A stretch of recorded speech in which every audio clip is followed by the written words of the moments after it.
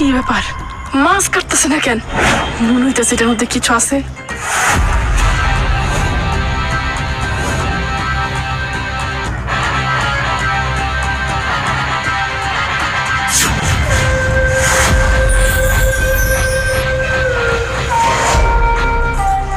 কি ব্যাপার, তোমাকে মাছ কাটা হয় না এখনো? না না ও যাক ভালোই, কাটতে থাকো। আমার একটু দরকার আছে, আমি আসতেছি। হ্যাঁ, পেটটা ব্যথা করতেছে। আচ্ছা দেখা যাও। কি ব্যাপার, বড় ভাবে মাছ করতে বইয়া মাছ না কাইটা থেকে গেল গা।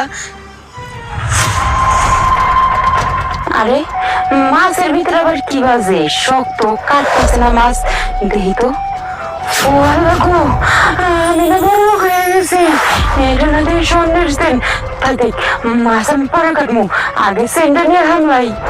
কি ব্যাপার, দুইজনে চলে গেল, আর আমার মাছের মধ্যে কি আছে শক্ত শক্ত লাগতেছে।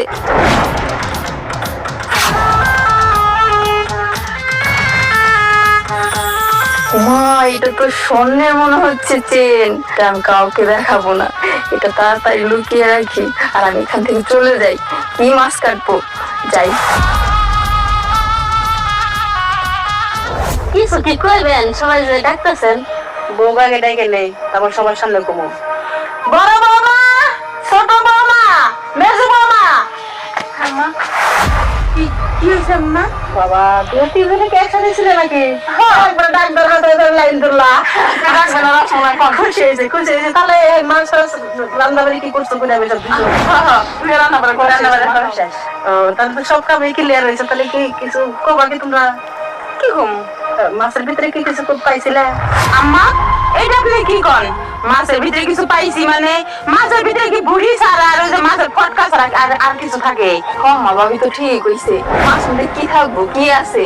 আর রান্না করলাম, কাটলাম, কিছুই তো পাইলাম না। আম্মা, ওরা কিছু পাইছে নাকি না পাইছে সেটা তো আমি জানি না, কিন্তু মাছ কাটার সময় আমি এই যে সেন্ডা পাইছি। আমি তো অস্থির হয়ে গেছিলাম কখন আপনারা দেখাবো, কিন্তু আপনি তো পালাই গেছিলেন। তাই বোমা ভাই, আমি যোগ্য পত্র বধূ পাইয়া গেছি। ওই দুইটা হলে ফট, এটা হলো আমার যোগ্য বৌমা। ওরা দুজন চুরি করে স্বীকার করে নাই, কিন্তু দেখো আমার বৌমা ঠিকই স্বীকার করতেছেন পাইয়া। শোনো, তোমাদের আমি একটা ছোট্ট পরীক্ষা নিয়েছিলাম 3টা পাঙ্গাস মাছ দিয়া। ওই পাঙ্গাস মাছের মুখ দিয়ে ঢুকাই আমি আগে শোনাচ্ছে আমার বাইক দিয়ে রাখাইছিলাম। ওই পাঙ্গাস মাছের ভিতরে আমার ভাই 3টা সোনার চেন ঢুকাই রাখছিল।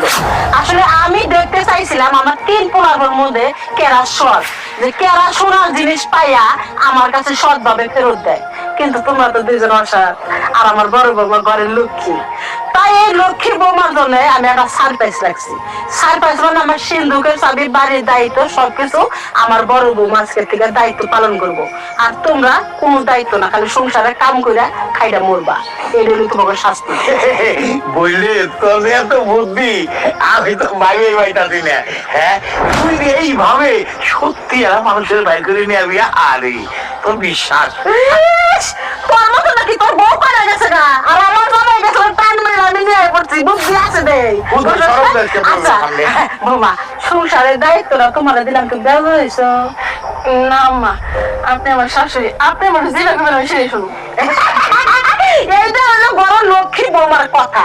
এইরকম বৌমা, সৎ বৌমা যদি বাংলার ঘরে ঘরে একটা করে তৈরি হয়, কোন বাংলা শাশুড়িরা দুঃখে থাকো না।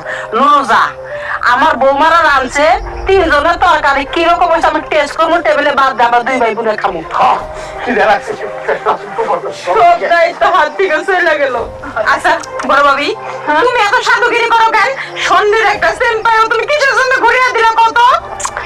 আরে কোকিলা, তুই তো বোকা বোকাই রয়ে গেলি। আমি কি এই সেন্ডা ফেরত দিতে চাইছিলাম নাকি? আমিও তো তখন মতো এই সেন্ডা হজম করতে চাইছিলাম, কিন্তু যখন দেখছি তোরা দুইজন উইঠা দৌড় দিছস, তখন আমি বুঝতে পারছি সেন তো তোরাও পাইছস। আমার শাশুড়ি আমাকে পরীক্ষা করতেছে। সামান্য এই 15,000 টাকা দামের সেনের জন্য কি আমি আমার সংসারের দায়িত্ব থেকে বঞ্চিত হবো নাকি? এই জন্য তো ইচ্ছা করে আমি ভালো সাজার জন্য এমন করছি। শোন, তবে একটা কথা কই, কথাটা না কইলেও পারতাম, কিন্তু না বললেও আবার হয় না।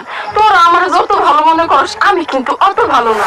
আমার শাশুড়িটা যতদিন পর্যন্ত বাইসে রইছে, অতদিন পর্যন্ত তারা এই বাড়িতে থাকতে পারবে। শাশুড়ি যখন পরে চলে যাইব না, টুস করে ঘাট ডাকা দিয়ে বাড়ি থেকে বাইর করে দিতে পারবো। রাখমু যদি আমার পা টিপা খাই হইতে পারস তাইলে এই বাড়িতে তোকে জায়গা হইতো। ও ভাবি, তুমি যে এত খারাপ আমরা তো সেটা জানতামই না। থাকো তো সাধুর মতো, কিন্তু তলে তলে যে জেলাপির পেঁচ বাজাইতেছো ওইটা তো আমরা বুঝি নেই।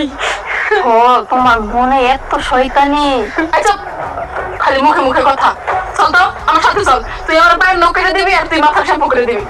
সংসারের দায়িত্ব কিন্তু আমার, আর আমি যেইগুলা কথা কইছি একটা যদি ফ্লাশ হইছে দুইটারে কিন্তু শেষ করে ফেলাম আমি। আয় চল, বান্দি করে খাওয়া লাগবো।